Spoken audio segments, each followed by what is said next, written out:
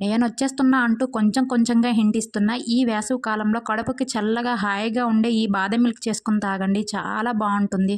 దానికోసం ముందుగా ఒక 10, 12 బాదం పిక్కల్ని ఓవర్ నైట్ నానబెట్టుకోవాలి. వాటిని పీల్ తీసేసి ఒక మిక్సీ జార్‌లో వేసుకొని టేస్ట్ కోసం 2 జీడిపప్పులను, పాలను వేసి మెత్తని పేస్ట్‌లా చేసుకోవాలి. తర్వాత స్టవ్ పైన ఒక గిన్నె పెట్టుకొని ఒక పావు లీటర్ పాలు వేసుకోవాలి.